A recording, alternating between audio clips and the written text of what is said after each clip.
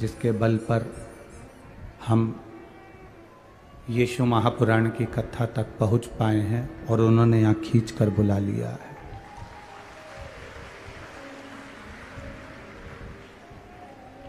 शक्कर और संत, इन दोनों का काम एक ही होता है। आप शक्कर को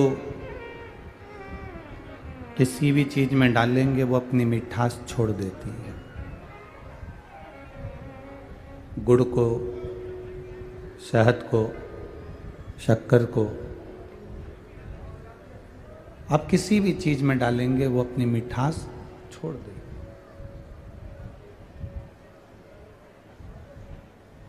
वो मिठास दिए बिना रह ही नहीं सकती। शक्कर, गुड़, शहद अपनी मिठास जिसमें भी आपने उसको डाला है वो अपनी मिठास दे ही देती है। उसी तरह संत जो होते हैं, सद्गुरु जो होते हैं, साधु, तपस्वी, साधक, उपासक जो होते हैं, गुरु और संत का काम भी एक ही होता है कि वो जनमानस को भगवान की भक्ति की मिठास में डुबो दे। शक्कर जैसे अपना तत्व छोड़कर चली जाती है, मिठास छोड़कर चली जाती है कि ये सब्जी में डाली तो सब्जी मीठी हो गई, कड़ी में डाली कड़ी मीठी हो गई, पोहा में डाला पोहा मीठा हो गया, खिचड़ी में डाला खिचड़ी मीठी हो गई, चाय में डाली तो चाय मीठी हो गई, दाल में डाली दाल मीठी हो। शक्कर ने अपनी मिठास, जहां भी शक्कर को डाला गया उसने अपनी मिठास दे दी। जहां संत, सन्यासी, तपस्वी, साधक, उपासक, भगवत भजन करने वाला जहां भी जाता है अपनी भक्ति की मिठास शक्कर की तरह छोड़कर चला जाता है। उसका एक क्रम बना हुआ है।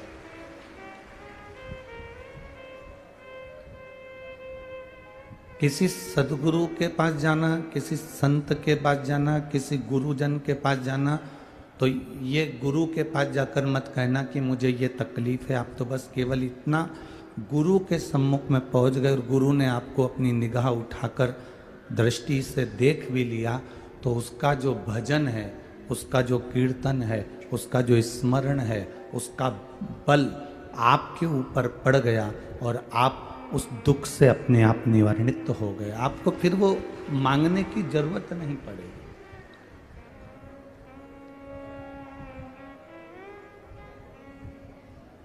किसी गुरु के पास में मांगने के लिए कभी मत जाओ। गुरु के पास जाओ तो उसकी कृपा की दृष्टि हो जाए और हमारा कल्याण हो जाए।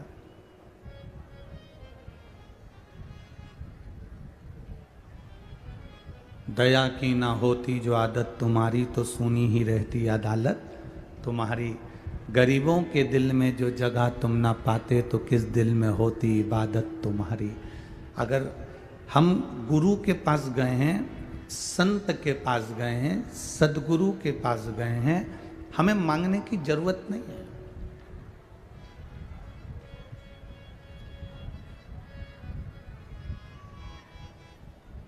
देव और महादेव में एक बहुत बड़ा अंतर है।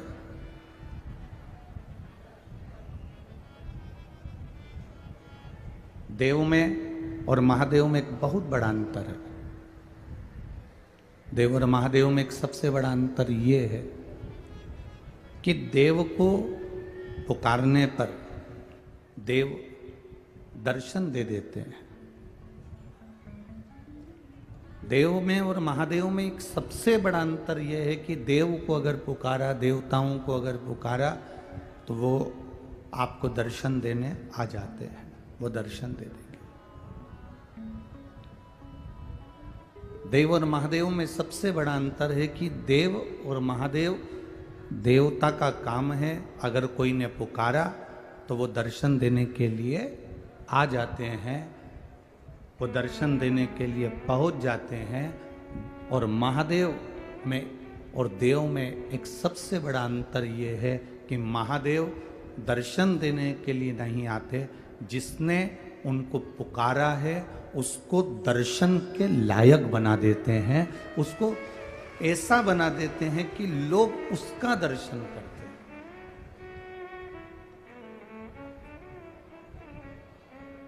देव और महादेव में एक सबसे बड़ा अंतर है। देवता का भजन कर रहे हो तो वो दर्शन देने आएंगे, देवता को पुकारोगे तो वो तुम्हारे पास पहुंच जाएंगे, देवता को पुकारोगे तो वो भगवान देवता आपको दर्शन देने के लिए पहुंच जाएंगे।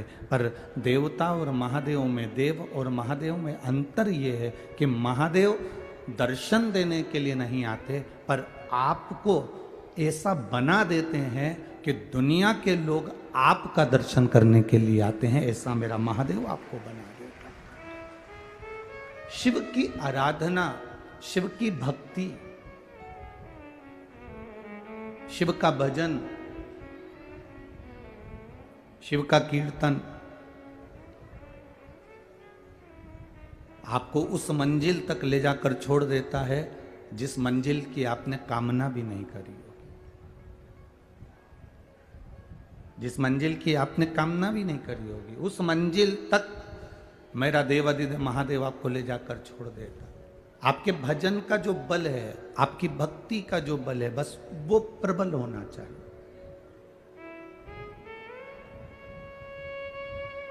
और जब भक्ति का बल बढ़ता है, भजन का बल बढ़ता है, विश्वास का बल बढ़ता है, तो परमात्मा के दर्शन का एक आनंद अपने आप प्राप्त हो जाता है। एक वो मूंगफली जो मिलती है, सिंगदाना, छत्तीसगढ़ में क्या बोलते हैं, मूंगफली बोलते हैं कि सिंगदाना बोलते हैं? मूंगफली बोलते हैं ना। तो मूंगफली सब्जी वाले के यहाँ से जाकर लेकर आना कि भैया क्या रुपए किलो है, तो वो मूंगफली आप सब्जी वाले से पूछोगे तो वो कह देगा ये 30 रुपए किलो है, या 20 रुपए किलो है, या 40 रुपए किलो है। अब वही मूंगफली एक ठेले वाला सेक रहा हो, चूल्हे पर उसको सेक रहा हो, रेत गरम गरम बालू में उसको सेक रहा हो, और वो सेकने वाले के पास जाकर पूछना कि मूंगफली क्या रुपए किलो है। जो सब्जी वाले के यहाँ मूंगफली 40 रुपए किलो थी, वो सेकने वाले के यहाँ मूंगफली 100 रुपए किलो है। एक भुट्टा मक्का, वो कच्ची मक्का, कच्चा भुट्टा सब्जी वाले के यहाँ से लेकर आना तो 10 रुपए का दे देगा, 15 रुपए का दे देगा, 20 रुपए का दे देगा। और जिसके यहाँ वो आग में उसको तपा रहा है, सेक रहा है, जिसके यहाँ वो सेकने में लगा हुआ है, उसके यहाँ जाकर पूछना तो सब्जी वाले के यहाँ अगर वो 10 रुपए का है तो सेकने वाला 20 का देगा, सब्जी वाले के यहाँ अगर 15 रुपए का है तो सेकने वाला वो 30 रुपए में देगा, सब्जी वाले के यहाँ अगर वो 20 रुपए का है तो सेकने वाला उसको 40 रुपए में देगा। क्यों? मूंगफली कच्ची है तो उसकी कीमत कम है, सिक गई कीमत ज़्यादा हो गई। भुट्टा कच्चा है, उसकी कीमत कम है, सिक गया उसकी कीमत ज़्यादा हो गई। कारण केवल इतना सा है, जो ये संसार सागर में आने के बाद परिवार, नाते, रिश्ते, कुटुंब, कबीले, अपने पराए, इनके तानों में, इनके अपशब्दों में, इनकी गालियों में, इनके आड़े तिड़े व्याख्यान में पढ़कर जो सिक जाता है, दुनिया की ताप में जो सिक जाता है, उसकी कीमत अपने आप बढ़ जाती है, उसकी पहचान अपने आप बढ़ जाती है, उसकी कीमत अपने आप बढ़ गई, उसकी पहचान अपने आप बढ़ गई।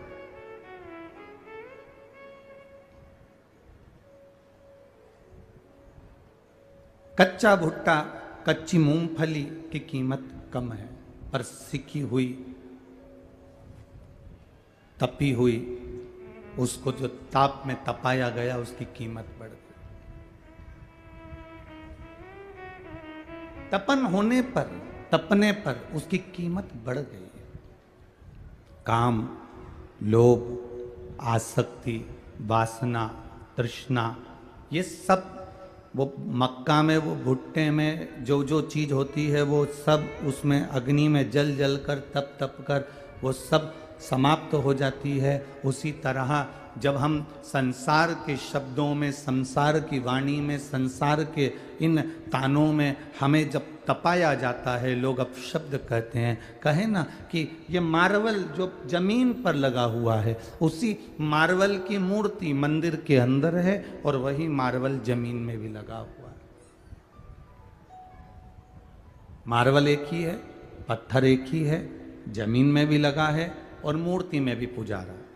मार्बल जमीन में भी है और मूर्ति में बनकर भगवान की आराधना में भी पूजा रहा है। उसका कारण केवल इतना है कि मार्बल को जब तराशा जा रहा था, मार्बल को जब तराश रहे थे, मार्बल को जब काट रहे थे, तराशते तराशते तराशते तराशते वो इतना तराशा गया कि भगवान बनकर मंदिर के अंदर पूजा गया। और जो तराशते समय नहीं तराश रहे थे और जो चोट को सहन नहीं कर पाया वो टूट गया, तो जमीन पर लग गया। उस पर लोग जूता रख रहे, पाँव रख रहे, थूक रहे, गंदगी कर रहे हैं। जिसने चोट को सहन कर लिया, जिसने शब्दों को सहन कर लिया, जिसने वाणी को सहन कर लिया, जिसने अपशब्दों को सहन कर लिया, दुनिया के लोग आड़ा टेढ़ा कहें, दुनिया के लोग अपशब्द कहें, दुनिया के लोग आड़ा टेढ़ा बोलें, और यदि आपने उनके शब्दों को सहना प्रारंभ कर लिया, उनके तानों को आप सहते रहे, उनके तानों को आपने सह लिया, तो समझ लो कि आपकी चमक बढ़ जाएगी और आप देवाधिदेव महादेव के करीब तक पहुंच सकते हो।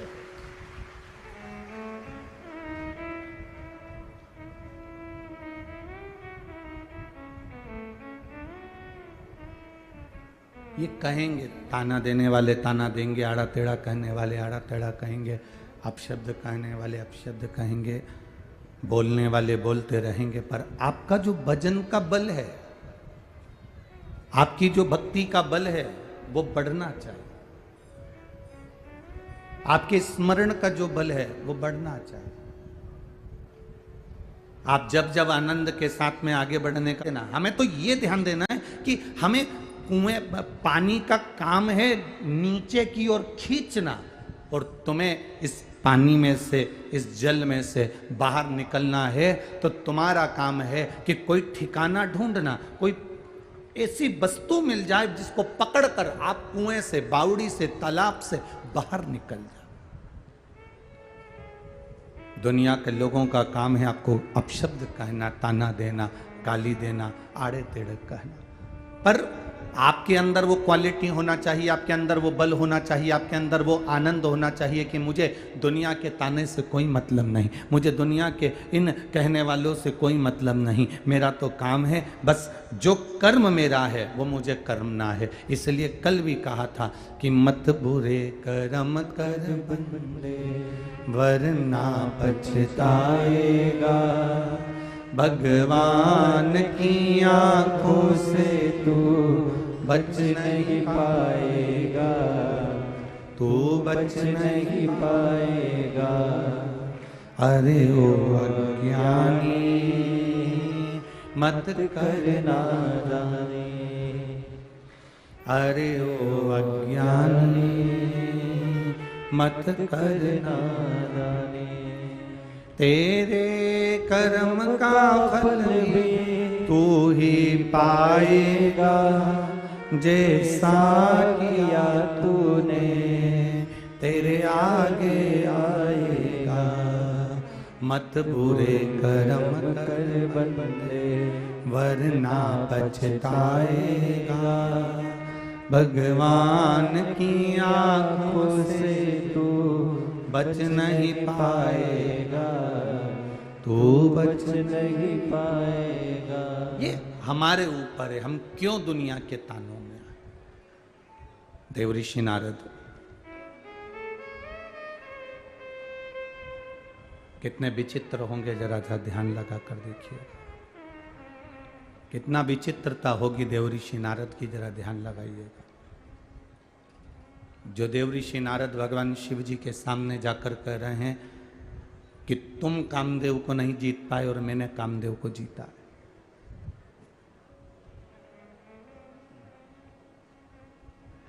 जो तुमने नहीं करा वो मैंने करा। शिवजी ने स्वीकार कर लिया कि मैंने कामदेव को नहीं जीता। आपने जीता है ना, बस आपसे इतना सा निवेदन है कि यह बात आप किसी से मत कहो कि मैंने जीता। अपनी बड़ाई अपनी जीवान से और पड़ोसी की बुराई अपनी जीवान से कभी मत करो। अपनी जिह्वा से अपनी बड़ाई मत करना और अपनी जिह्वा से किसी की बुराई मत करना।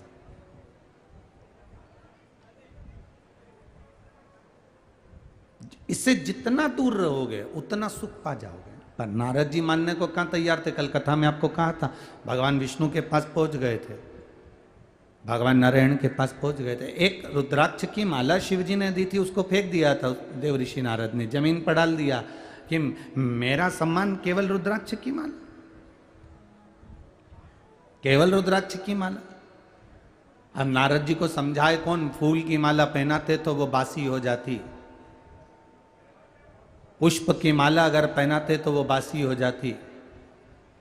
अगर तुम्हें कोई ड्राई फ्रूट्स की माला, बादाम की, काजू की, पिस्ता की, लौंग की, इलायची की ये माला पहनाते तो ये भी आने वाले समय में कीड़ा पड़ जाता। हमने जो आपको माला पहनाई वो रुद्राक्ष की माला पहनाई, और रुद्राक्ष की माला एक ऐसी माला होती है जो सम्मुख में अगर हमारे वक्षस्थल पर भी दिख रही है, हमारे गले में पड़ी हुई भी दिख रही है, तो ना जाने कितने रोगों को एक रुद्राक्ष की माला का, एक रुद्राक्ष रोगों को दूर भगा सकता है। वो माला मैंने देवर्षि नारद तेरे को पहनाई। ये कोई साधारण सी माला जो मैंने तुम्हें पहनाई?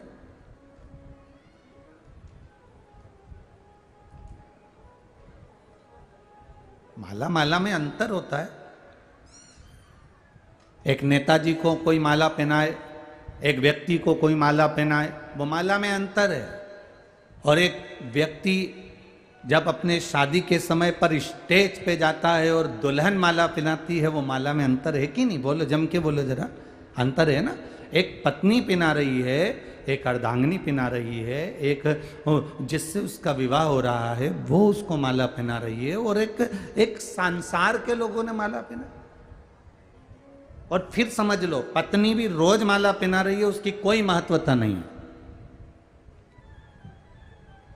पति पत्नी रोज अपने कमरे में जावे और पति पत्नी को माला पहनावे, पत्नी पति को माला पहनावे, रोज प्रतिदिन माला पहनावे, तो उसका कोई महत्व नहीं। माला का महत्व कब? जब पहली बार धर्म पत्नी पति को मंडप के नीचे अग्नि की साक्षी में या स्टेज पर पहली बार जब माला पहनाती है, उस माला की मूलता, उसको वर माला कहा जाता है, उसको विजय माला कहा जाता है।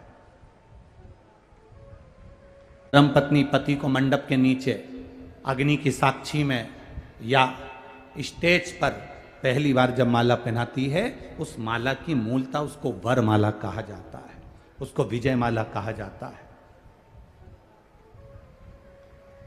वो माला की मूलता है। अब किसी को माला रोज पहनाई जाए, उस माला की कोई महत्वता नहीं, पर वो जो माला है वो विशेष समय पर एक बार जो अर्पण कर दी, वो माला मतलब समर्पण की ओर है।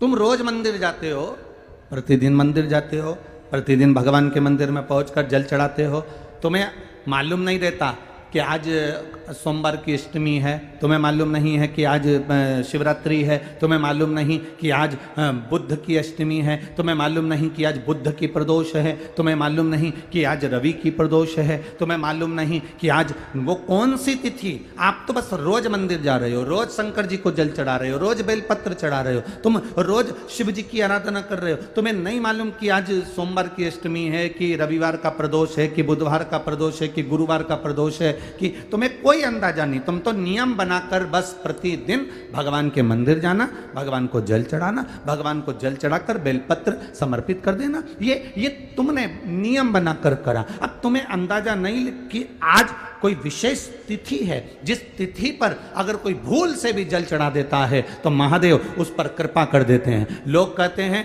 सियोर वाले महाराज ने बताया और हमने किया, शंकर जी का कोई उपाय सियोर वाले महाराज ने बताया, हमने किया। लोग कहते हैं सियोर वाले महाराज ने यह बता दिया, हमने किया। हम कहते हैं तुम्हारा वो करा हुआ काम नहीं करता, जितना तुम रोज मंदिर में जाकर जो जल चढ़ाते हो और तुम्हारे अनायास तुम्हें ध्यान नहीं रहता कि आज कौन तिथि, कौन बार, कौन नक्षत्र, और तुमने बाबा को जल चढ़ा दिया तुम्हारे अंदाजे से बाहर, और तुमने भगवान शिव को रिझा लिया और बस तुम्हें उसका फल प्राप्त हो गया, तुम्हें उसका फल मिल गया।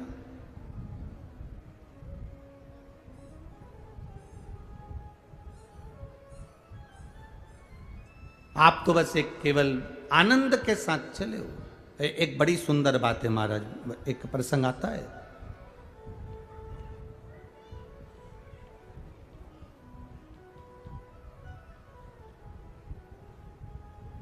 एक संत की कुटिया,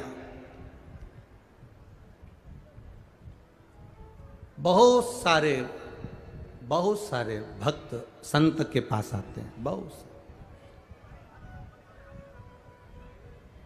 एक बाहर गांव की वैश्या को मालूम पड़ा कि यहाँ संत से मिलने बहुत लोग आते हैं, तो वैश्या को लगा कि यहीं संत के पास में ही मैं एक मकान ले लेती हूँ, जो संत के आएंगे मेरा सुंदरता देखकर मेरे पर लोभित होंगे और मेरे यहाँ भी आएंगे,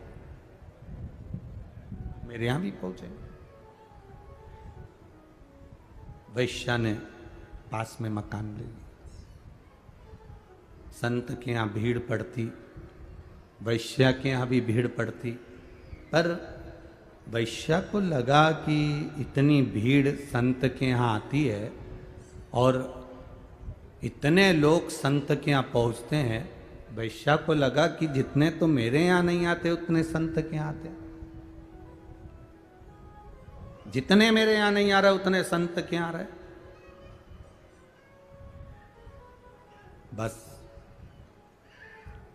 वैश्या ने अपने जो चाहने वाला था उससे कहा कि मुझे ये संत की जो कुटिया है ये ठीक नहीं लग रही है, ये संत का जो भवन है, ये संत की जो कुटिया है ये मुझे ठीक नहीं लग रही।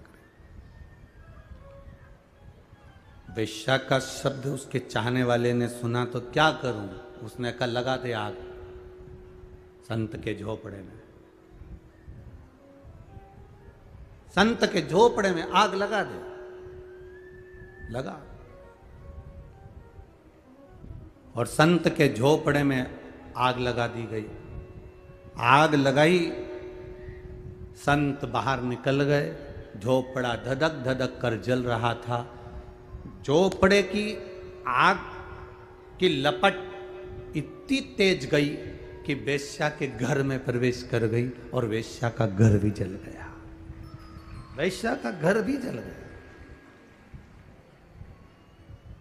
वैश्या आई संत के पास, आकर उसने कहा बाबा ये अच्छी बात नहीं है,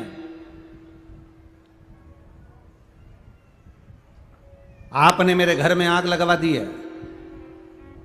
संत कहते हैं मुझे तेरे से मतलब क्या जो मैं तेरे घर में आग लगवाऊं, ना तो मैं तुझे पहचानता हूं, ना मैं तुझे जानता हूं, ना कभी तेरा और मेरा कोई परिचय हुआ, तो मैं क्यों आग लगाऊंगा? ना तूने मुझे देखा ना मैंने तुझे देखा, फिर आग लगाने का काम क्या है?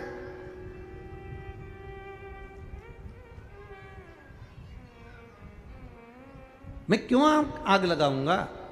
वैश्या कहती है नहीं, आपने मेरे भवन में आग लगाई है। संत कहते हैं मैंने तेरे भवन में आग नहीं लगाई, बस बात इतनी सी है, तेरे यार ने मेरे घर में आग लगाई थी और मेरे यार ने तेरे घर में आग लगाई।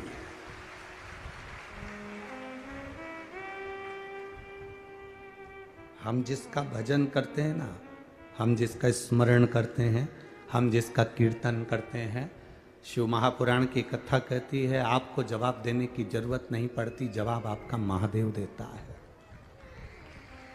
जवाब आपका महादेव देगा, आपको जवाब देने की जरूरत नहीं है। आप क्यों जवाब दे रहे हो? क्यों अपशब्द कह रहे हो?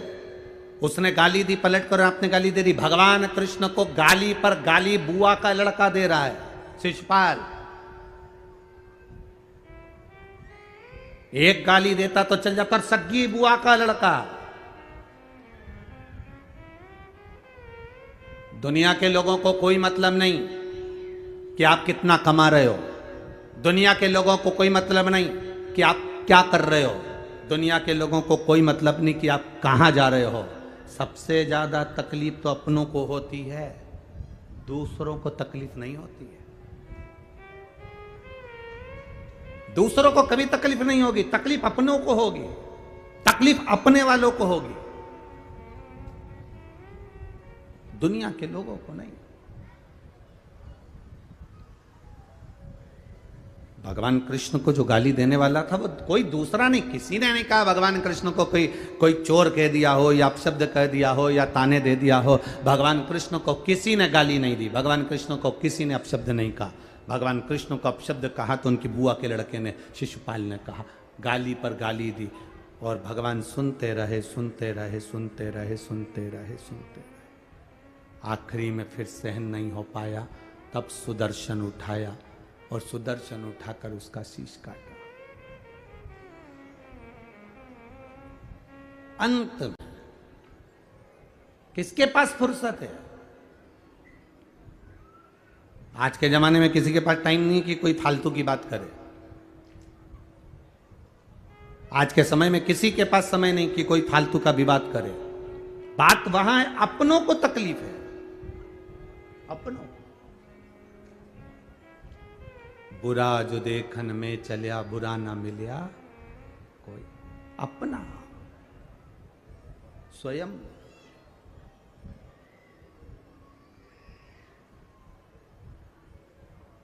कावड़ लेकर जाने वाले जितने भक्त होते हैं, जो शिव जी की कावड़ लेकर जाते हैं, जो भगवान शंकर की कावड़ लेकर जा रहे हैं, शिव जी की कावड़ लेकर जाते हैं, शंकर जी को जल चढ़ाने जाते हैं।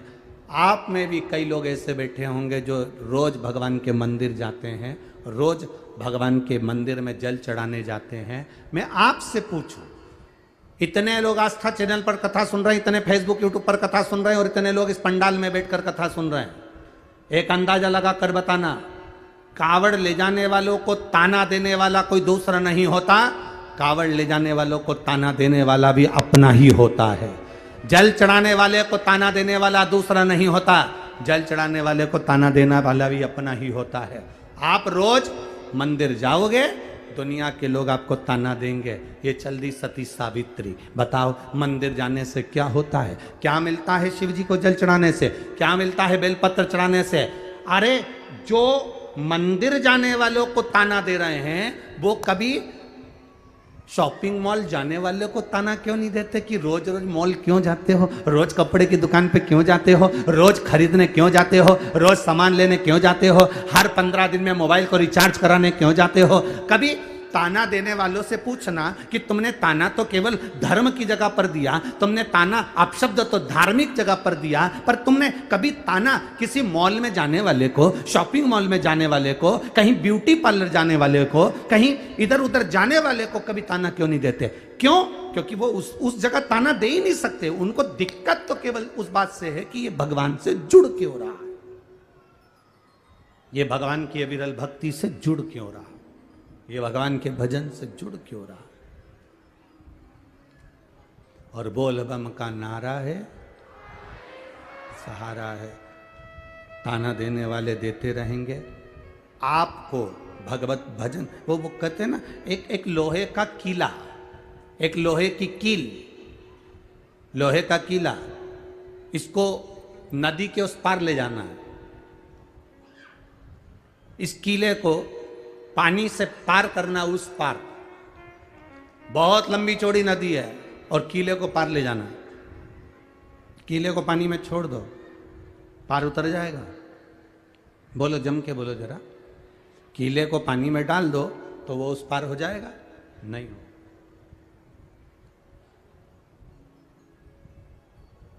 कीले को नदी में छोड़ दो, वो पार हो जाएगा? नहीं। कीले को नदी के पार अगर भेजना है तो उसको लकड़ी में ठोक दो या नाव में उसको ठोक दो, नाव पार होएगी तो कीला भी पार हो जाएगा। ये कीला अकेला पानी में तैर कर पार नहीं हो सकता, उसको ठोकना पड़ेगा नाव में, लकड़ी में, तब ये कीला पार होगा। उसी तरह ये शरीर, ये आत्मा, ये चित्त, ये मन ऐसे ही पार नहीं होगा। इसको शिव महापुराण की नौका में इस मन को चरणों में ठोकना पड़ेगा, तब जाकर ये भव सागर से पार हो सकता, तब हो सकता, तो पार कहां से हो सकता। हम तो वहीं की वहीं खड़े हुए हैं और सोच रहे हैं कि ये पार हो जाए। अरे वृंदावन के 5 संत, वृंदावन के 5 पंडा एक नाव के अंदर बैठ गए। अब ब्रज के पंडा जब नाव के अंदर बैठे, अब नाव के अंदर बैठे तो उन्होंने बढ़िया जोरदार भांग वांग घोट कर पी ली और पी कर नाव के अंदर बैठे। नाव वाले से बोला, आज नाव तू नहीं चलाएगा, नाव हम चलाएंगे और हमको मथुरा जाना है, वृंदावन से हम नाव लेकर जाएंगे, तू नहीं जाएगा, चल उतर नीचे। नाव वाला नीचे उतर गया। इन्होंने 5 ने नाव को खेना चालू कर दिया। सवेरे 9 बजे से नाव को खे रहे, शाम की 6 बज गई। घाट पर बहुत सारे लोग आए तो पंडाओं ने पूछा, क्यों रे, ये कौन सा घाट है? तो क्या ये वृंदावन का घाट है। तो हम तो मथुरा जा रहे थे, अभी तक नहीं पहुंचे। सुबह 9 बजे के निकले, शाम की 6 बज गई, अभी तक मथुरा क्यों नहीं पहुंचे?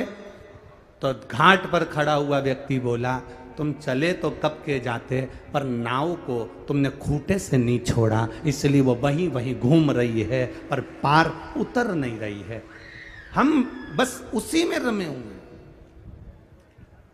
हमारी सद्बुद्धि, हमारा विचार, हम भी वहीं घूम रहे हैं, बस उस जगह पर हम वहीं की वहीं भ्रमण कर रहे हैं, हम वहीं की वहीं घूम रहे हैं। अपने मन को हमने खूंटे से बांध रखा है, परिवार का खूंटा, नातों का खूंटा, रिश्तों का खूंटा, कबीले का खूंटा, हमारे अहम का खूंटा, अहंकार का खूंटा, हमारी वासना, आसक्ति, तृष्णा का खूंटा, इसमें हमने अपने मन को बांध कर रखा है। तो हम पार कैसे हो सकते हैं?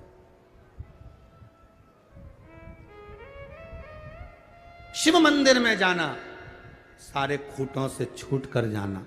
शंकर के मंदिर में कभी तुम सेठ बनकर मत जाना।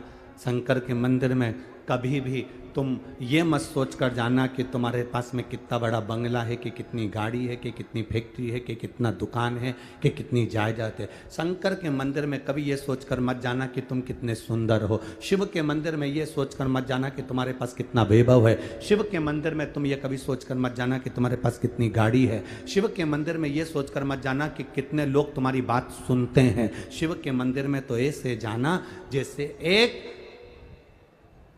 पिता से मिलने के लिए एक बेटी अपने बाप के पास जाती है, ऐसे शंकर से मिलने के लिए तुम जाना कि शिव तुम्हारी सुने और तुम शिव की सुनो।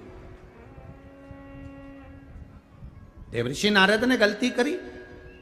नारद जी ने अहंकारवश रुद्राक्ष की माला को फेंक दिया, नारायण जी के पास में जाकर अपना गुणवाद गा भी दिया। भगवान नारायण की आंख में आंसू भी आ गए। किसने निंदा कर दी शिव जी की, अपने मुंह से अपनी बड़ाई कर दी। अपने मुंह से अपनी बड़ाई और पराई की निंदा कभी ना करें। ये निंदा भी करी और बड़ाई भी करी। नारायण ने कह दिया कि तुम्हें बंदर का मुंह लगेगा, मुझे घोड़े का मुंह लगेगा, क्योंकि मैंने निंदा सुनी है। ये निंदा करने वाला तो करता रहेगा, क्योंकि कई लोग कहते हैं गुरुजी भगवान से कहा करो ना, ये चुगली करने वालों को काय को पैदा कर देते हैं। जब देखो जब बुराई, जब देखो जब बुराई, जब देखो जब निंदा, जब देखो जब निंदा। बात बात में लोग निंदा कर देते हैं, चुगली करने बैठ जाते हैं। इनको भगवान ने क्यों पैदा करा? हम कहते हैं भगवान के यहाँ पर हर तरह के फूल हैं, भगवान सब तरह के फूलों को रखता है। जैसे हमारे बगीचे में केवल गुलाब ही गुलाब लगा दो तो आनंद नहीं आएगा, थोड़ा बहुत गेंदा लगाना पड़ता है, थोड़ा कनेर लगाना पड़ता है, थोड़ा कमल लगाना पड़ता है। अपने बगीचे में हमें सब तरह का फूल रखना पड़ता है। माली के बगीचे में माली सब तरह का फूल रखता है। एक तरह का रखेगा तो उसका व्यापार अच्छा नहीं चलेगा, 10 तरह का फूल रखेगा तो व्यापार अच्छा चलेगा। भगवान कहते हैं मेरे बगीचे में भी मैंने ढेर पुष्प लगाए हैं। ये चुगली करने वाले को मैंने खुद, भगवान कहते हैं, पैदा करा है। निंदा करने वाले को भगवान कहते हैं मैंने पैदा करा है। उसका कारण केवल एक है, ये जिसकी जिसकी निंदा करेंगे वो अच्छा होता चले जाएगा और रोग इनके खाते में आता चले जाएगा, ये ठीक होता जाएगा।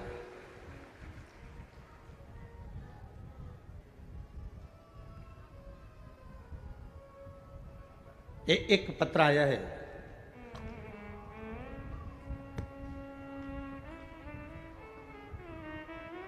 मैं सीमा वर्मा, पति श्री गोकुल प्रसाद वर्मा, वार्ड क्रमांक 15, रानू मिल के सामने, नेवरा, तिल्दा, जिला रायपुर, छत्तीसगढ़ से निवास करता हूँ। कहीं बैठे हो तो हाथ हिला सकते हैं। मेरी बड़ी बेटी का विवाह हुए 10 वर्ष हो गए थे। कहीं बैठे हो तो हाथ हिला सकते हैं। मेरी बड़ी बेटी के यहाँ शादी हुए, उसका विवाह करे 10 साल हो गए थे, उसके यहाँ संतान नहीं थी। गुरुदेव इलाज निरंतर करते थे, डॉक्टरों को दिखाया, सब कुछ किया, पर 10 साल तक औलाद नहीं हुई। मेरी बेटी को मैंने कहा तू शिवजी के मंदिर जाया कर, सफेद आंकड़े की जड़ का प्रयोग कर। बेटी जब मंदिर जाने लगी, उसको लोग अपशब्द कहने लगे, मंदिर जाने लगी, ताना देने लगे, आड़ा टेढ़ा कहने लगे। मेरी बेटी की आंख में आंसू आए, उसने कहा पिताजी मंदिर जाऊं तो लोग आड़ा टेढ़ा तो कहते हैं, अपशब्द तो कहते हैं। मैंने अपनी बेटी से कहा सियोर वाला महाराज कहता है तानों से मत डरना, ये ताने नहीं, ये तो हमारे मार्ग को सफल करने के लिए जितनी जितनी लोग गाली दें, जितना जितना लोग निंदा करें, अपशब्द कहें, समझ लेना तेरी बीमारी कट रही है और भगवान तेरी झोली भरेगा जरूर, तू मंदिर जाती रहे।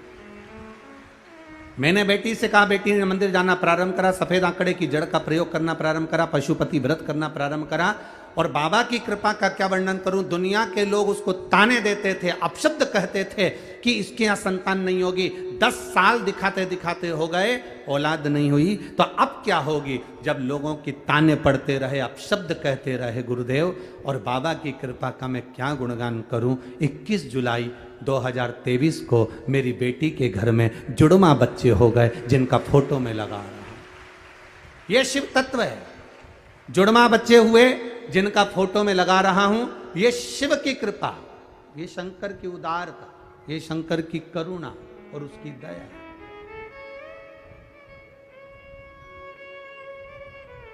खाली न जाता कोई दर से तुम्हारे, खाली न जाता कोई दर से तुम्हारे, मैं भी खड़ा हो नदी बाहें पसारे, अपने हृदय से लगा लो गिरा जा रहा हो, उठा लो प्रभु अपने दर से अब तो न टालो, गिरी जा रही हो, उठा लो। आपको अगर लोग ताना दे रहे हैं, गाली दे रहे हैं, अपशब्द कह रहे हैं, समझ लेना कि प्रभु की कृपा अब चालू हुई है। अच्छा बताओ, मीराबाई बचपन से भगवान का भजन करती थी, बोलो सही है कि गलत है? सही है। बचपन में मीराबाई को भगवान ने दर्शन दिया था क्या? अरे बोलो जम के। मीराबाई को जब जहर का प्याला आया, मीराबाई को जब सांप का पिटारा आया, मीराबाई को जब शेर के सामने ले जाकर छोड़ दिया, मीराबाई को जब जंगल में ले जाकर छोड़ दिया, जितनी बार मीरा के सामने बार बार मीरा को जब कष्ट मिला, तब गिरधर गोपाला उस मीराबाई के लिए दौड़ कर आया। कब आया?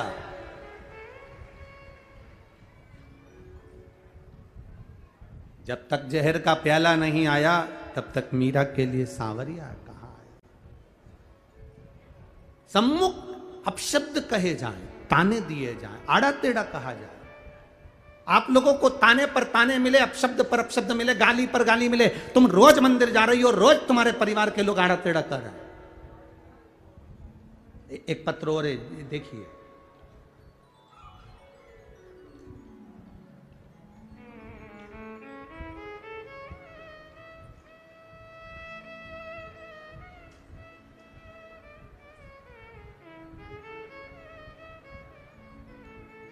सुनीता वर्मा,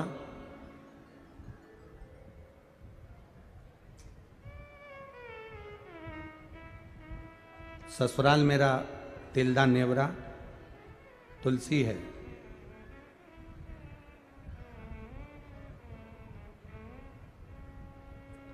कोरबा बालकों में रहती हूँ, नौकरी है छत्तीसगढ़ में।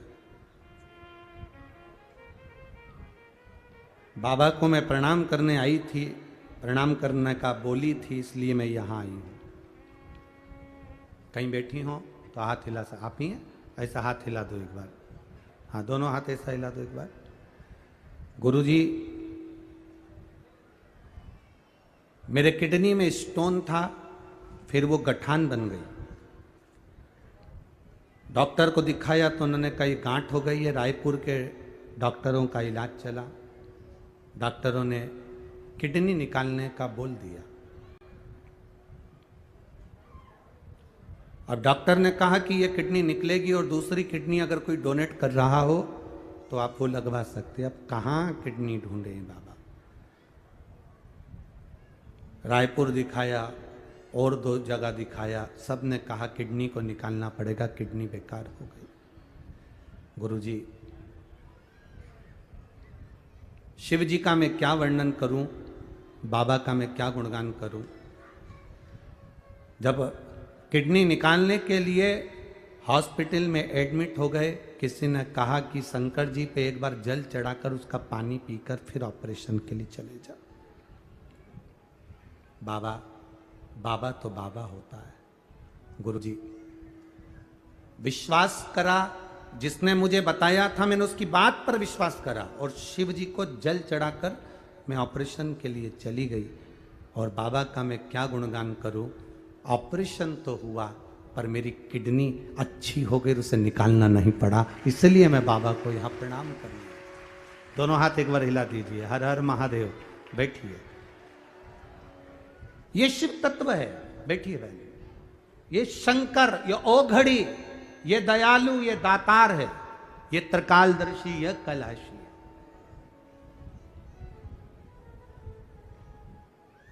हम तो बाबा के भरोसे रहते हैं, हम तो बाबा के भरोसे रहते हैं। ये दुनिया वाले जलते हैं, ये दुनिया वाले जलते हैं, हम तो बाबा के भरोसे चलते हैं, हम तो बाबा के भरोसे चलते हैं। कहे, कहने वाला कहता रहेगा, अब शब्द कहने वाला बोलता रहेगा।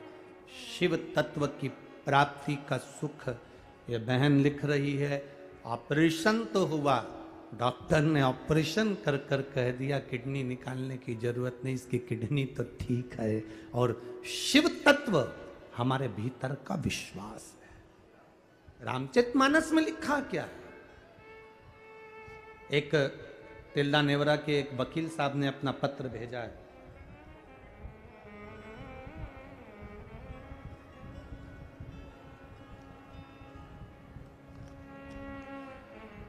जीडी मानिकपुरी, शिक्षक कॉलोनी तिल्दा, गुलाब फूल चौक तिल्दा। वकील साहब ने एक पत्र भेजा है।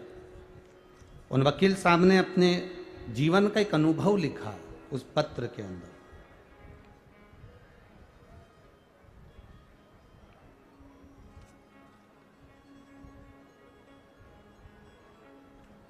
जीडी मानकपुरी, जिन्होंने अपना एक, मैं अभी अधिवक्ता हूं, नोटरी करता हूं, मेरे जीवन का एक अनुभव लिख रहा हूं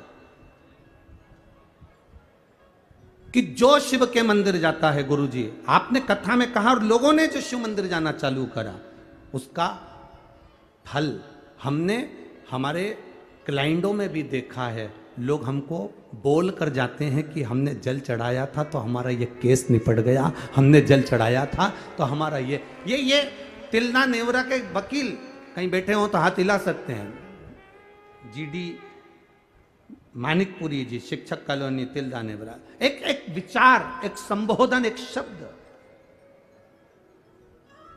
एक अनुभव उन्होंने अपना लिखा कि शिव तत्व है क्या, और उस तत्व को हम जाने कैसे। ये हंसने वाले हंसते रहेंगे, कहने वाले कहते रहेंगे। आपके ऊपर, हमारे ऊपर लोग ज्यादा कहते हैं ये तो टोटके वाला महाराज है, ये तो उपाय वाला महाराज है, ये तो लोगों का काम है ताना देना। तुम टोटके वाला समझो चाहे उपाय वाला समझो, पर इतने लोगों की झोली अगर बाबा भर रहा है तो हम टोटके वाले ही सही, उसमें कोई दिक्कत नहीं। हमें कौन सा फर्क पड़ रहा है किसी के कुछ कह देने पर। आग लगे बस्ती में अपन रहो, क्या किसको रोई है, चादर तान के सोई है।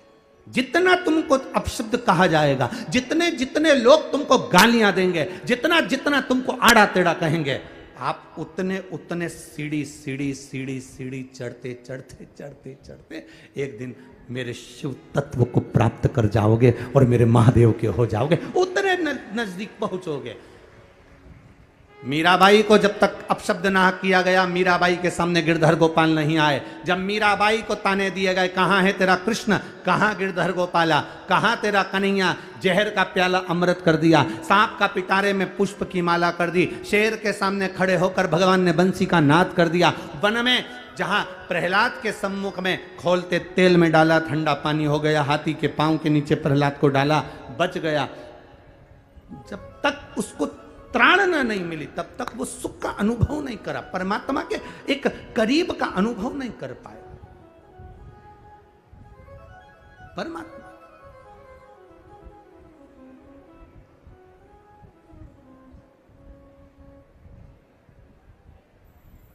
अरे भाई,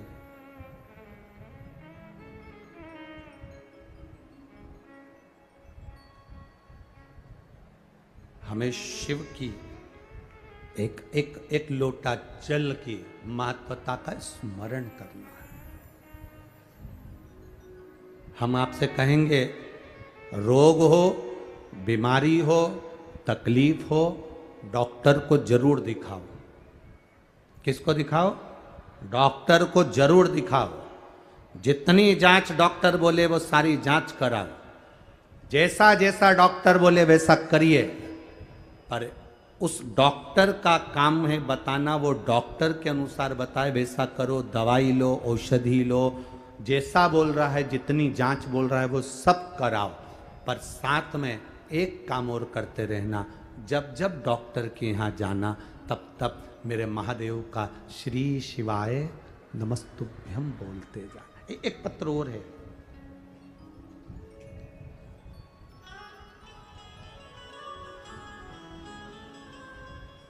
दिनेश वैष्णव, कुमुदनी वैष्णव, ग्राम सिनोधा, तिल्दा नेवरा, जिला रायपुर, छत्तीसगढ़, पिन नंबर 493114। कहीं बैठे हो तो हाथ हिला सकते हैं। कहीं बैठे हो, जो बच्चा मर गया था वो बच्चा जीवित वापिस हुआ, अगर वो बच्चा यहाँ आया हो आपके साथ में तो उसको यहाँ व्यासपीठ पे ला सकते हो। दिनेश वैष्णव, कुमुदनी वैष्णव, ग्राम सिनोधा, तिल्दा नेवरा, जिला रायपुर, छत्तीसगढ़, पिन नंबर 493114। अगर कहीं वो बच्चा लेकर आए हैं क्या? बच्चा आया साथ में? हाँ तो ले आओ जरा। अब देखिए,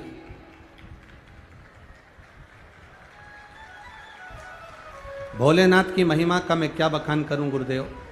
मेरे छोटे भाई का लड़का भतीजा जो कि 1.5 वर्ष का है, वह खेलते खेलते पानी की बाल्टी के अंदर उल्टा हो गया। पानी की बाल्टी के अंदर उल्टा हो गया। आधे घंटे तक उसका मुंह बाल्टी के अंदर था, पैर ऊपर थे। हम अपने गांव के हॉस्पिटल में लेकर गए तो डॉक्टर ने कह दिया इसकी श्वास रुक गई है। सारी जांचें कर कर कह दिया ये मर गया है। तुरंत आप चाहें तो और दूसरे डॉक्टर को दिखा लें। हमने गांव के डॉक्टर को दिखाया तो उन्होंने कह दिया इसकी श्वासें तो बंद हो गई है, श्वास नहीं चल रही है, अब इसको हम कहाँ ले जाएं। फिर भी हमारा मन नहीं माना कि मेरा बेटा मर नहीं सकता। हम उसको सीधे उसको हॉस्पिटल के लिए लेकर गए शहर के। और एक कौन सा हॉस्पिटल का नाम लिखा, मिशन हॉस्पिटल के तिल्दा में भर्ती किए। तिल्दा में जब भर्ती किए तो उनने भी कह दिया इस बच्चे की श्वास नहीं चल रही है, ये मर चुका है, इसको आप ले जाओ। फिर भी मन नहीं माना। हम उसको रायपुर ले जाने की तैयारी करने लगे गुरुदेव। तिल्दा से हम रायपुर लेकर जा रहे हैं। बच्चे को आधे घंटे पहले डूब चुका था, प्राण जा चुके थे, 2 हॉस्पिटल में मना कर दिया था, रायपुर ले जा रहे थे। बीच में हम आपकी कथा सुनते थे तो कहा शंकर का बीच में मंदिर पड़ गया। वहीं से शिव जी को देखकर श्री शिवाय नमस्तुभ्यम कहना प्रारंभ कर दिया बस। और उस बच्चे को हम पूरे रायपुर के हॉस्पिटल में घूमते रहे, पर कोई हॉस्पिटल वाला उसको रखने को तैयार नहीं था। सब जगह एक ही बात बोले कि ये तो चला गया। तब गुरुदेव हम क्या वर्णन करें, तभी मैंने संकल्प ले लिया, बाबा तू अगर इसको बचा लेगा तो तेरा दरबार में आकर कथा सुनूंगी और एक बार पशुपति व्रत अवश्य करूंगी। तभी रायपुर का एक हॉस्पिटल जिसने इस बच्चे को झेल लिया और इस बच्चे को वेंटिलेटर पर रख दिया। हॉस्पिटल के डॉक्टरों ने कहा ये जीवित तो लग नहीं रहा, परंतु एक बार वेंटिलेटर पर रखकर देखते हैं। और वेंटिलेटर पर रखा। हम पास के मंदिर में गए, वहां से जल लाकर बेटे के ऊपर छीट दिए। 20 मिनट के बाद बेटे ने आंख खोल ली गुरुदेव। हम उस बच्चे को यहाँ लेकर आए। कहाँ है? लाए बच्चा?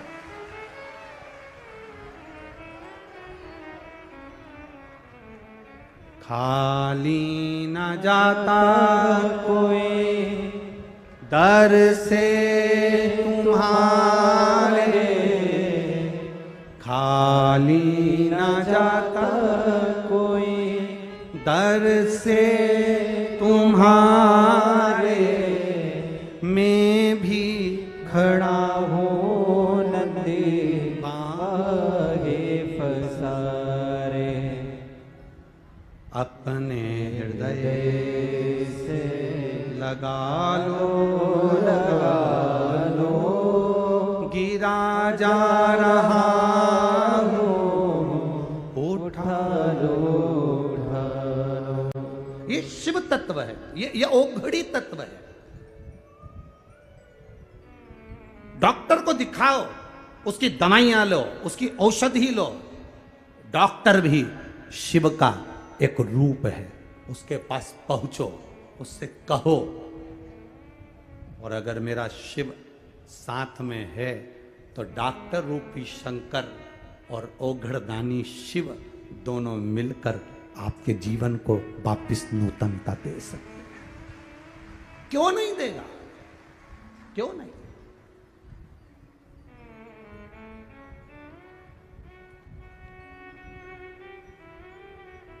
आपके जीवन को वापिस वो नूतनता दे सकता है। आप वहां तक पहुंचो तो उस शिव की स्तुति में, उस शंकर के गुणगान में, उस शंकर के आनंद में आप पहुंचो तो। हमारा विश्वास, हमारी दृढ़ता, हमारी भक्ति डोलना नहीं चाहिए। लोग कहेंगे आपको, अपशब्द कहने वाले कहेंगे, जितना जितना लोग गालियां दे, जितना अपशब्द कहें, जितना ताना दे, जितना आड़ा टेढ़ा बोले, बोलने दो, जितना कहना कहने दो उसको। आप अपनी भक्ति करिए, आप अपना विश्वास दृढ़ करिए।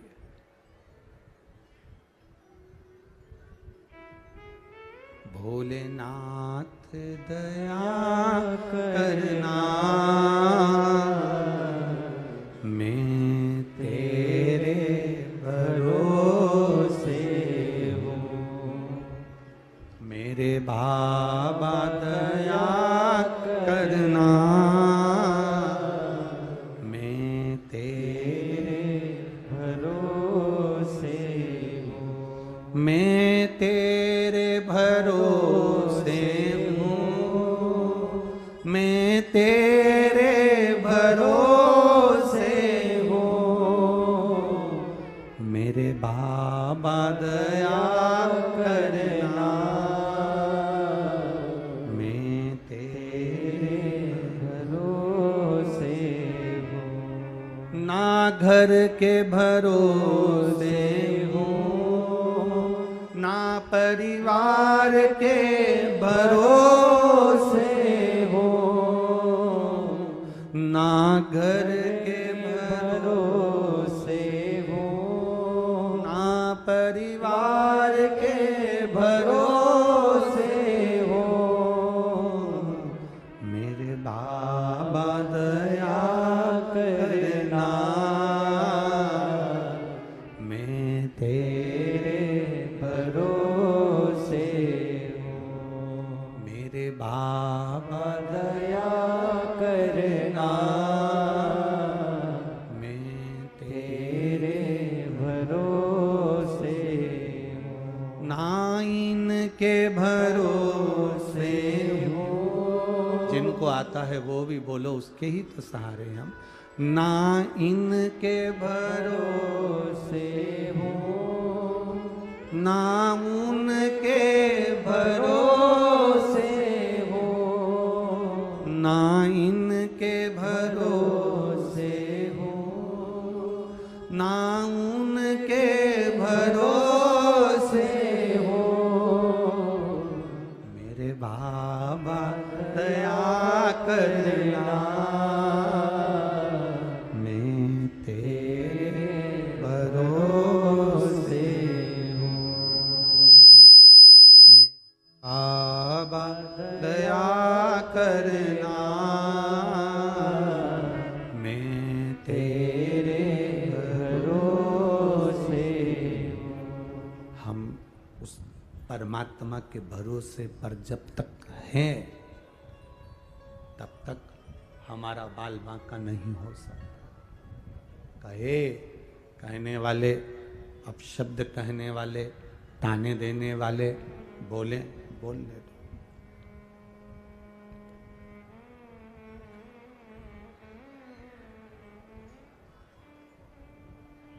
आज किसी ने एक प्रश्न किया था, गुरुजी आप लोगों से कहते हो कि शिव महापुराण की कथा में जो आता है उसका 3 महीने में काम हो जाता है, ऐसा यहाँ क्या होता है? हमने कहा यहाँ 3 चीजें एक साथ होती है, ग्रंथ, संत और भगवंत यहाँ एक साथ मिलते हैं, इसलिए बाबा सुन लेता है।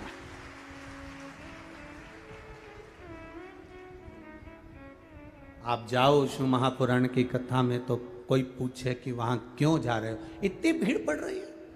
जरा ये श्री घनश्याम जी अग्रवाल जी ने तिल्ला नेवरा का सबसे बड़ा ग्राउंड करा, सबसे बड़ा ग्राउंड के साथ में बड़े बड़े, जैसा एक पंडाल है इससे 3 पंडाल लगाए, और उसके साथ में आप पीछे तक अंदाजा लगा के देखो तो पेड़ों पे लोग चढ़ चढ़ के बैठे हैं, टंकियों पर, पानी पर, दीवालों पर, जहाँ जिसको जगह मिल जाए वहाँ चढ़कर बैठे।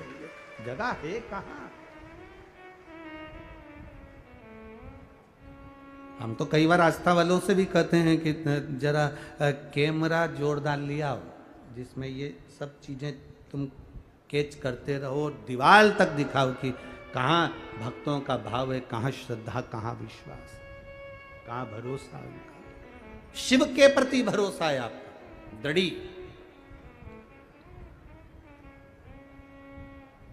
ये कौन है जो यहां कथा में आकर बैठे हैं? ये भगवंत हैं। और कथा में कई संत भी आकर बैठे हुए हैं, और कथा में ये ग्रंथ भी रखा हुआ है। तो ग्रंथ, संत और जम के बोलो भगवंत, ये तीनों का समावेश इस शिव महापुराण की कथा के अंतर्गत होता है। तो भगवान भी आकर उसकी मनोकामना पूर्ण कर देता है। ये शिव तत्व की प्राप्ति है, ये आनंद की प्राप्ति। बोल बम का नारा है। ये हमारे भीतर का एक विश्वास, हमारे भीतर की एक दृढ़ता, हमारे भीतर का एक भरोसा, सुखता का, आनंदता का भाव।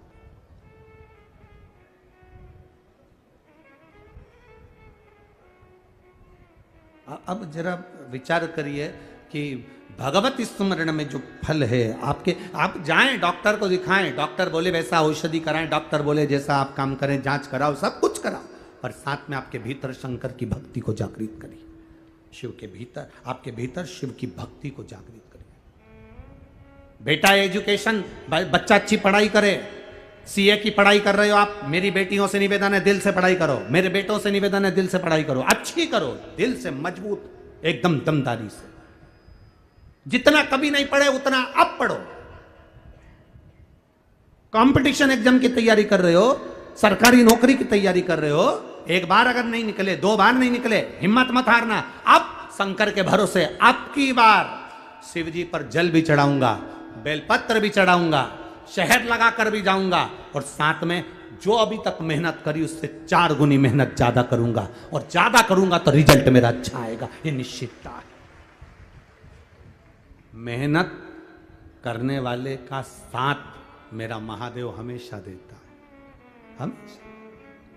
जो मेहनत ही नहीं करता, पढ़ा है, बैठा है, बस अपने को क्या करना, तो फिर मेहनत भगवान करें, मेहनत तो मैंने भी करी ना। दुनिया के लोगों ने तो अमृत पिया, सारे देवताओं ने अमृत पिया, देवाधिदेव महादेव कहते मेरे भाग्य में विष आया था, मैंने विष पिया। हमारे बीच में आदरणीय परम पूज्य गुरुदेव महामंडलेश्वर श्री स्वामी जी महाराज आए हैं, और बड़ा आशीर्वाद आपका हमेशा रहता है।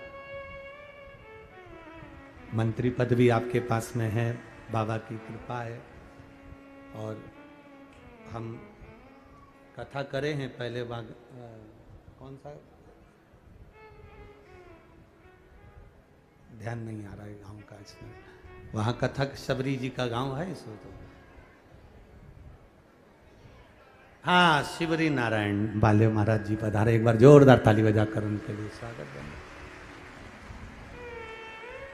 तो शिव तत्व की प्राप्ति, आपका बड़ा आत्मीय प्रेम हर जगह जहाँ कथा होती है छत्तीसगढ़ में, आपका आशीर्वाद इस व्यासपीठ को मिल जाता है। एक बार जोरदार ताली बजाकर बहुत बहुत साधुवाद है। तो संत, भगवंत और तीसरा है ग्रंथ, ये तीनों का समावेश है यहाँ, तीनों का समावेश।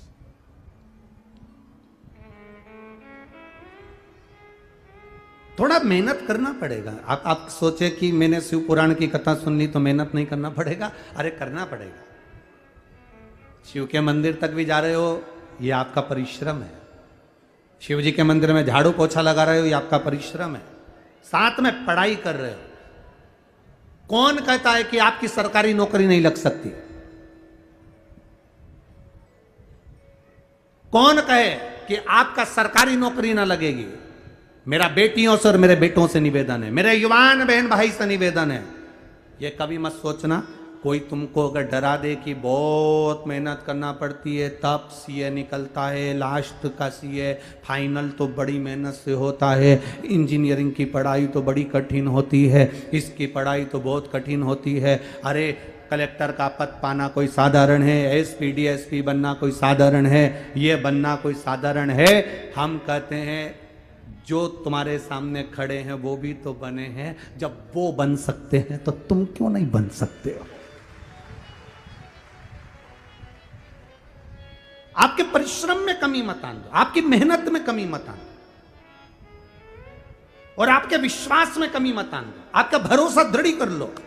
मैं कर रहा हूं, आपकी बार मम्मी, मां आपकी बार, ए महतारी आपकी बार, जो पढ़ाई करूंगा ना, मैं गारंटी देता हूं, मैंने शिव जी पे जल चढ़ाया है, मैंने बेलपत्र चढ़ाई है, और अब मैं दिल से पढ़ाई करूंगा। अगली कथा में इसी छत्तीसगढ़ की भूमि में पंडाल में बैठकर मैं भी कहूंगा कि मेरी नौकरी लगी है। यह मेहनत तुम्हारी है, यह संघर्ष तुम्हारा है, यह परिश्रम तुम्हारा है। ऐसा कौन सा काम है जो आप नहीं कर सकते? बस याद दिलाना है। हनुमान जी को भी आता था उड़ना, हनुमान जी को भी आता था लंका तक जाना, वो भी वीर थे, पर उनको जामवंत ने याद दिलाया कि तेरे में वो बल भरा हुआ है। शिव महापुराण करती क्या है? आपके बल को याद दिलाती कि आप में कितना बल है, आप में कितनी एनर्जी है।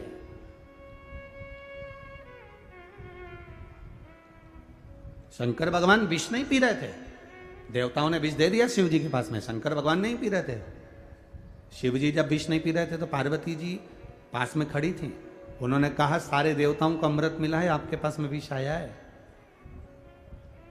शंकर भगवान बोले बताओ गजब के लोग हैं, सबकी सबने अमृत ले लिया और मुझे विष दे दिया। पार्वती जी कहती है यही तो भगवान भोलेनाथ जी से पार्वती जी बोली यही तो करुणा है, यही तो कृपा है,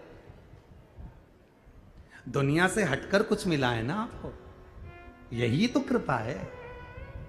शंकर भगवान बोले अगर मैं विष पीऊंगा तो फिर हलाहल विष है, भयंकर विष है, तुम जानती नहीं हो पार्वती। पार्वती जी कहती है अरे ये विष कुछ भी नहीं है, कुछ भी नहीं। गले का विष जितना व्यक्ति को नहीं मारता, पार्वती जी कहती है उतना कानों का विष पूरे परिवार को मार देता है। गले का विष एक व्यक्ति को मारेगा और कान का विष पूरे परिवार को मार देता है। एक पूरा परिवार कान के विष से मर जाता है। भगवान राम की कथा उठाकर देखिए, जरा सा मंथरा ने कान में विष घोला था केकई के और पूरा परिवार अस्त व्यस्त हो गया था। कान का विष पूरे परिवार को मार देता है। ये विष जो कान का होता है ना, ये बड़ी धीरे से आता है। लोग बड़ी मिठासता से कान का विष देते हैं, तुम्हारी काकी जी ने ऐसा कह दिया, तुम्हारी चाची जी ने ऐसा कर दिया, तुम्हारे भैया ने ऐसा कर दिया, तुम्हारे ससुर तो ऐसे हैं, तुम्हारी सास तो वैसी है। ये कान का जो विष होता है अच्छे अच्छे परिवार को बर्बाद कर देता है। गले का विष, मुख का विष, जिह्वा का विष एक को मारेगा, पर कान का विष सबको मार देता है जितने घर में है। और यही तो हो रहा है। आज हो क्या रहा है? घर में पति को पत्नी के बारे में अपशब्द कोई कह दे, पत्नी को पति के लिए कह दिया तुम्हारा पति ऐसा, तुम्हारी पत्नी ऐसी, तुम्हारा परिवार ऐसा, तुम्हारे रिश्तेदार ऐसे, तुम्हारी माता ऐसी, तुम्हारे पिता ऐसे। ये विष जो भरा जाता है ये बर्बाद कर देता है पूरा परिवार, ये पूरे परिवार को बर्बाद। ये विष, कान का जो विषय है सबसे भयंकर विष।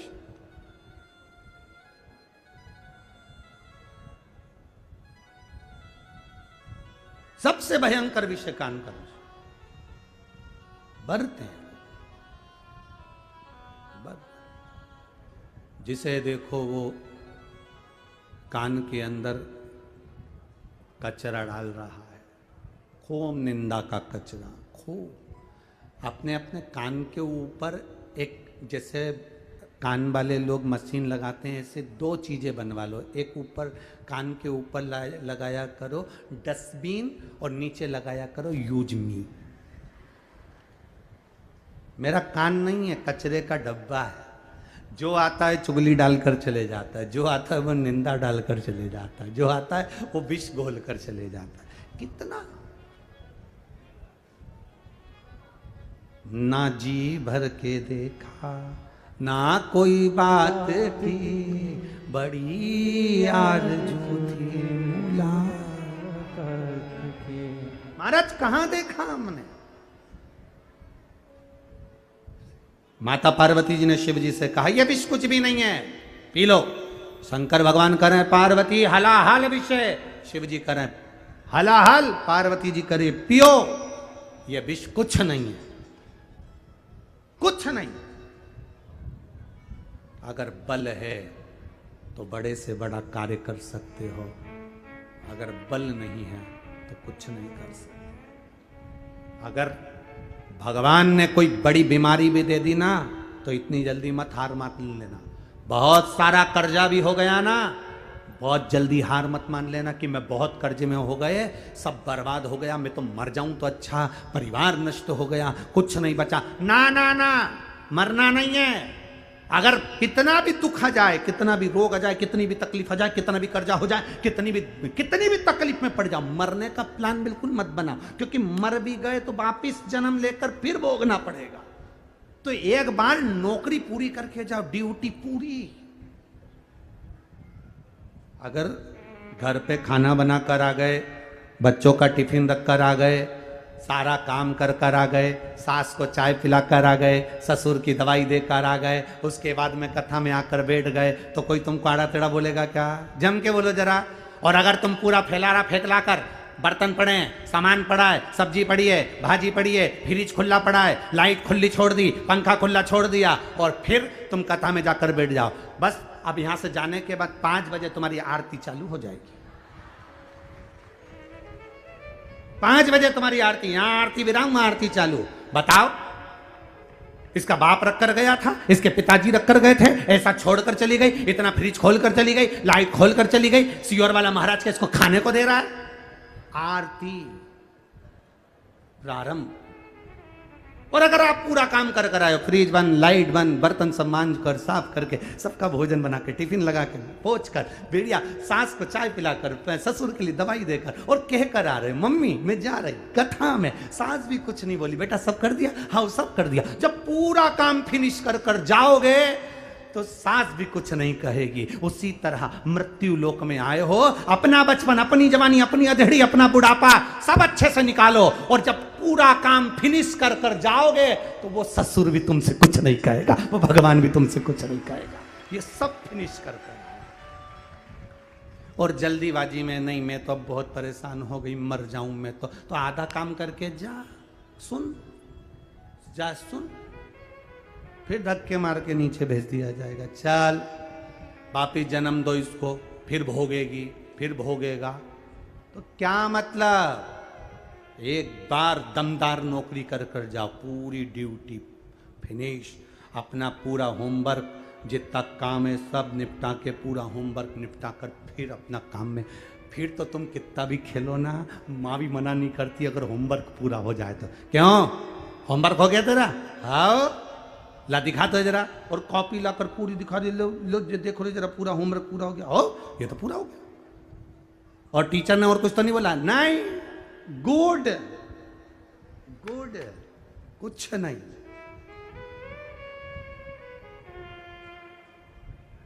और नहीं तो कहीं कहीं का जो मक्कार बच्चा होता है वो बड़ा बड़ा बहाना बनाता है। एक टीचर ने अपने बच्चों से कहा, सुनो कल तुम जो है चूहा, बिल्ली, कुत्ता और गाय, इनका फोटो बना कर लाना, चित्र अपनी अपनी कॉपी पे हो। सब बच्चों ने तैयारी कर ली, चूहा, बिल्ली, कुत्ता और बोलो जम के बोलो गाय, सबका चित्र बना। सब ने बनाया, एक आलसी था वो बनाए, एक बैठ गया स्कूल में, टीचर ने सबसे पूछा तुमने बनाया, दिखाओ।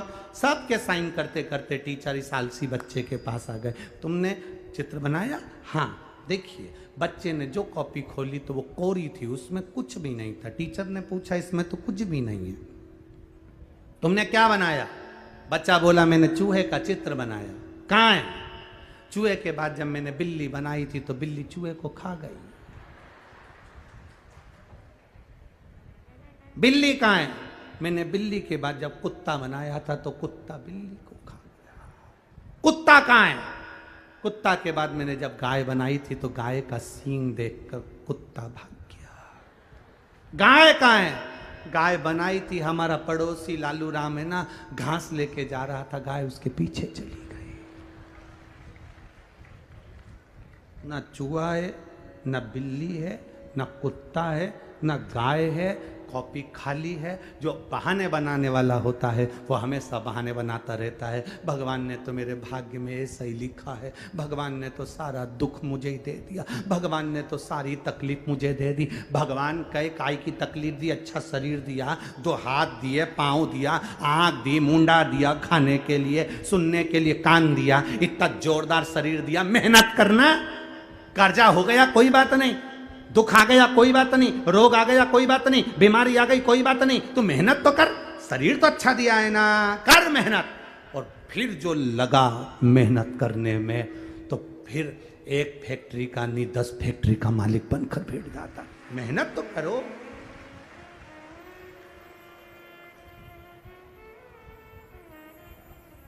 तुम कहो तो उसको जाकर, जिस समय आप उससे जाकर कहोगे तब जीवन का एक आनंद आए।